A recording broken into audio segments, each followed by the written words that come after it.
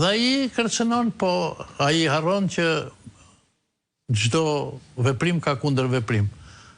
Nëse ai përdor, po e marrim rastin që Shikosh, kundërpërgjigja është edhe më e fortë. Kundërpërgjigja do të jetë shumë e fortë dhe ai s'do di ku të futet edhe vetë, se nuk ishte vërtet ndërhyrja për bombën për sistemin bërthamor në Iran, zoti Topollaj, sepse ju përmendet atë çka e deklaruar dhe ju, por është deklaruar edhe nga mediat. Pra ka një akuzë, nëse mund ta quajmë kështu, ose një sherr naj mes Vance dhe izraelitëve. Netanyahu, i cili thotë se e mashtruat presidentin amerikan për një operacion të lehtë në Iran, por nuk besoj se amerikanët mbështeten tek Netanyahu për kaq naiv Trumpi dhe anturaxhi i tij, stafi super i kualifikuar i diplomatëve, analistëve, ushtarakëve etj që ta hanë këtë.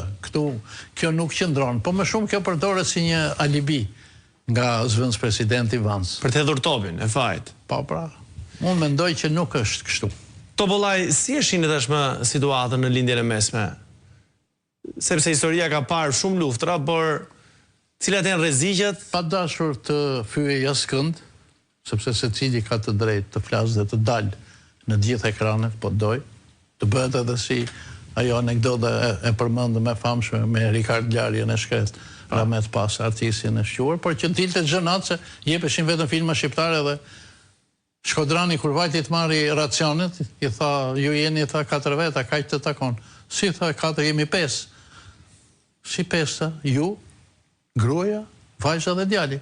Po Rikardi tha, sepse dilte xhenat. Tani, shoh që disa analistë të mëdhenj dalin xhenat. S'kam asgjë personale me emra, se nuk është as etike, por të bësh kompetentin, sot, kur s'po e bëjnë kompetentin njerëz që janë marrë një jetë të tërë me analiza politike, me njohje, me studime, me gjitha, unë mendoj që do të jetë e nxituar, të thuash se si parashikimet ose një por aq më tepër nisem edhe nga fakti që këtu kam të drejtën të dalloj nga shumë të tjerë, të them se trëndafilit nuk i merret erë me kundragaz.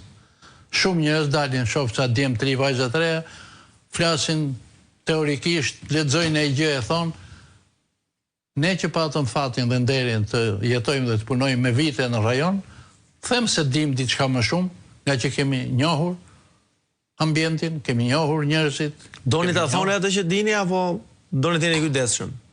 Jo, mund ta them, nuk ka asnjë rezervë për ta thënë. S'ka asnjë sy. S'na ndalon me as partia, as shteti, as kërkush. Unë mendoj që Trumpi u nxitua në këtë rast.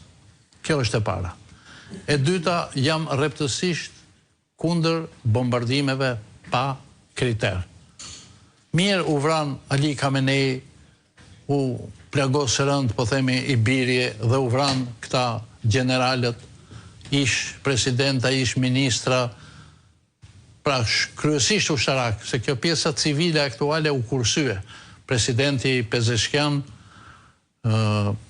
kryetari i parlamentit që është dhe kryetari i delegacionit në negociata,